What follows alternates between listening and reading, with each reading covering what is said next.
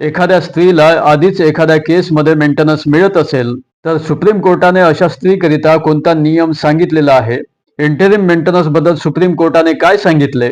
Family कोर्टाला कोणत्या नियमांचे पालन करणे आवश्यक आहे? हजबंड अँड वाईफची कमाई आणि मालमत्ता हे कोर्टासमोर येण्याकरिता सुप्रीम कोर्टाने कोणती गाईडलाईन इश्यू केलेली आहे जी मॅन्डेटरी आहे?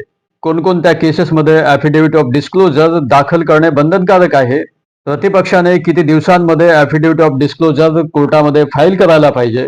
प्रतिपक्षाने दिलेल्या टाइम पिरियडमध्ये जर ॲफिडेव्हिट ऑफ डिस्क्लोजर फाईल केले नाही तर त्याचा काय परिणाम होऊ शकतो?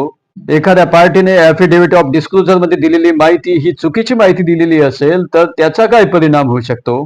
कोर्टामध्ये केस सुरू असताना एखाद्या पार्टीच्या फायनान्शियल पोझिशन मध्ये जर काही चेंज झाला असेल तर त्याकरिता सुप्रीम कोर्टाने काय सांगितले आहे? मेंटेनन्सच्या संबंधात रजनेश वर्सेस नेहा या जजमेंटमध्ये सुप्रीम कोर्टाने कोणत्या गाईडलाईन्स दिलेल्या आहेत? ही सर्व माहिती तुम्हाला होण्याकरिता मी एक व्हिडिओ आपल्या चॅनलवरती अपलोड केलेला आहे. त्याची लिंक मी डिस्क्रिप्शन बॉक्समध्ये तसेच खाली देतो आहे. तो व्हिडिओ तुम्ही नक्की पहा. Thank you so much. Take care of yourself.